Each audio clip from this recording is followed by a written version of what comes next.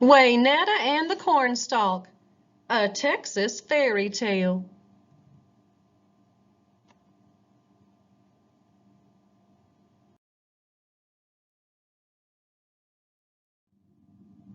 Written by Helen Ketteman, illustrated by Diane Greenseid.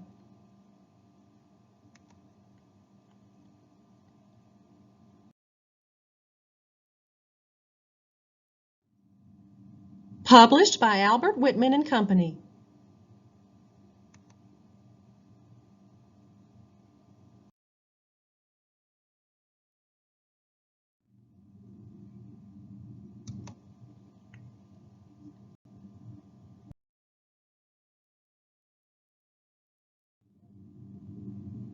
Once, a whip of a girl named Waynetta lived with her ma on a ranch in the poorest, scrubbiest part of Texas. They worked hard as eight-legged mules, but barely scraped by.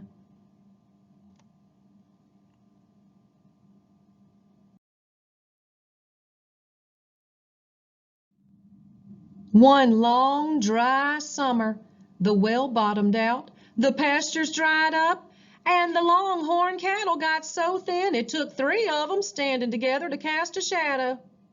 Waynetta and her ma had to sell off the longhorns until only one was left. Finally, ma gave up altogether. "We've run out of money to buy feed, Waynetta. You'd best sell that last critter before it starves." Waynetta headed out with the longhorn.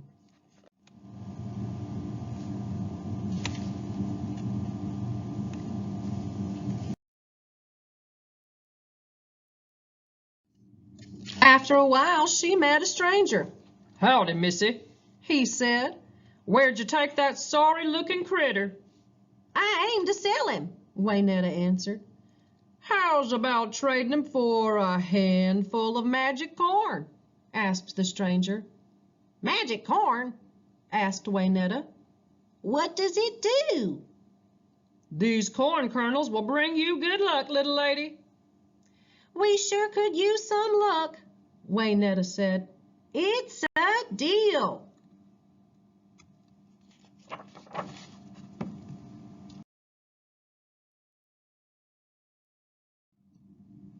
When she got home, Waynetta dropped the kernels in Ma's hands. "Look," she said with a grin, "magic corn." Ma frowned. "You must be a chuckle-headed girl. The only magic this corn's got is the disappearing kind." She tossed them out the window. Waynetta felt lower than a coyote in a canyon. How could she make it up to Ma? The next morning, Waynetta looked out the window. A giant cornstalk blocked the sun. She hurried outside. "That looks like magic to me," she said, "and I aim to find some luck." She started climbing.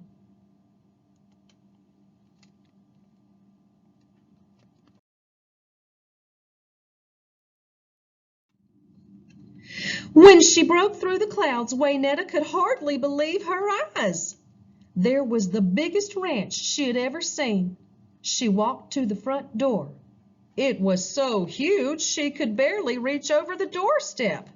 She gathered her courage and knocked. A giant woman opened the door. "Why, you're pretty as a bluebonnet. Where'd you come from?" "I climbed a giant cornstalk, ma'am," answered Waynetta.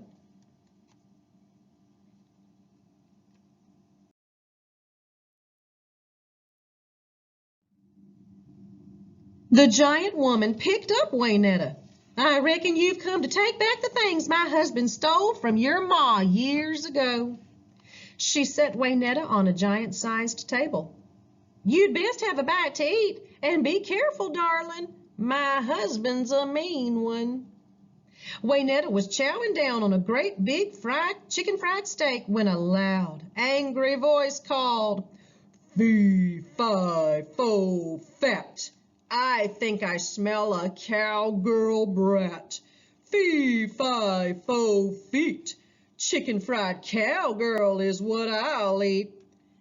"Hide," the giant woman whispered.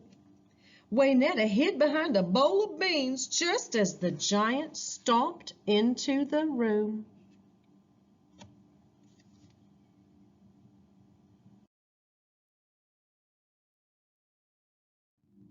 The giant opened a pantry door. Out strolled a longhorn no bigger than a barn cat. He stroked its ear, and a golden cow pat fell to the floor. "I love gold," the giant shouted. Next, he took out a teeny lariat and wheeled it backwards over his head. He looped it around a thimble-sized bucket. "I love this rope. It never misses."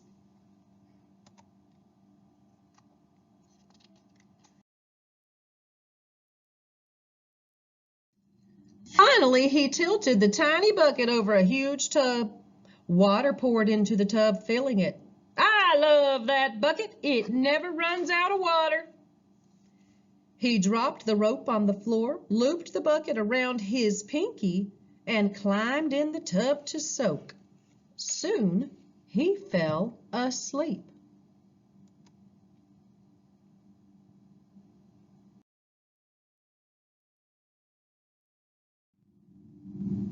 Waynetta took a deep breath. "With those things and some hard work, Ma and I can make our own luck." Waynetta climbed off the table and tiptoed to the tub. She picked up the lariat and lassoed the longhorn. But when she tried to slip the bucket off the giant's pinky, he woke up.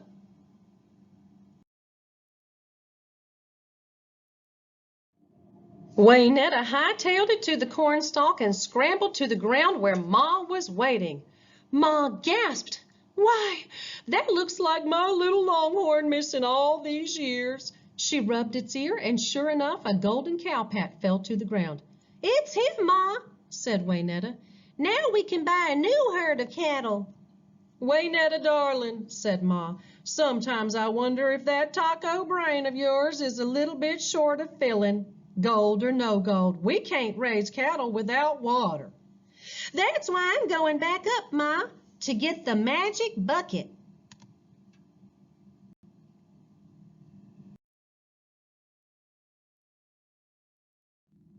Waynetta hid the lariat under her hat and climbed the cornstalk again. The giant's wife let her in. "I need that bucket, ma'am," said Waynetta. The giant woman nodded.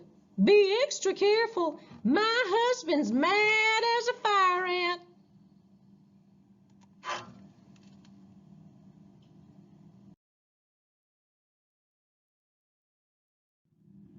From the hallway, the giant's voice thundered.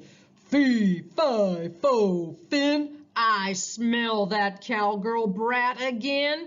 Fee, fi, fo, fits, I'll cook myself some cowgirl grits." As the giant stormed into the kitchen, Waynetta ran right between his boots and grabbed the bucket.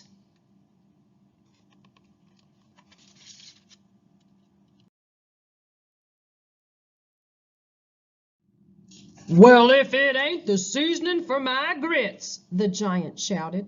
He stomped after her. Waynetta raced to the cornstalk. She was almost there when the giant grabbed her. "I feel hungry and you look tasty," he roared.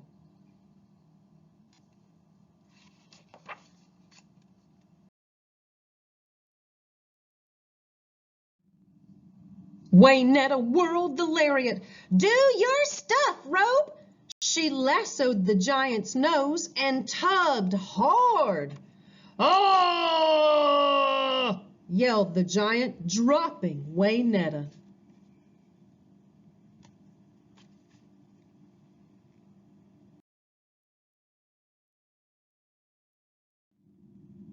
Waynetta leapt on the cornstalk. The giant climbed after her. "Fee, fi, fo, fow, that cowgirl brat has had it now. Fee, fi, fo, few, that cowgirl's gonna be barbecue." Ma was waiting on the ground with the axe. "Bridle your jaw, mister," she shouted. "That cowgirl's my daughter." The instant Waynetta climbed off, the cornstalk, Ma swung the axe and in 3 strong blows chopped the cornstalk down.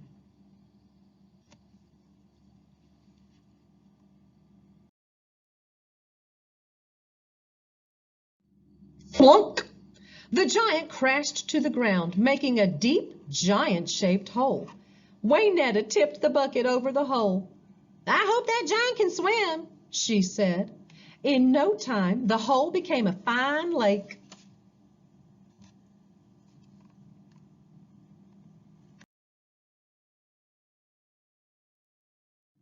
With plenty of water, grass grew on the ranch once again. With the golden cow patties, Waynetta and her ma bought a new herd of longhorns. As for the giant, he bonked his head so hard in the fall, it knocked the mane right out of him. He and his wife stayed on the ranch and worked alongside Waynetta and her ma.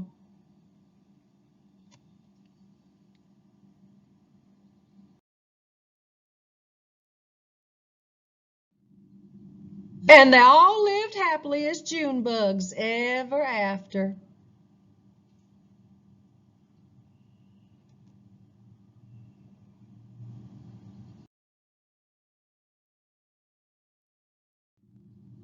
The end.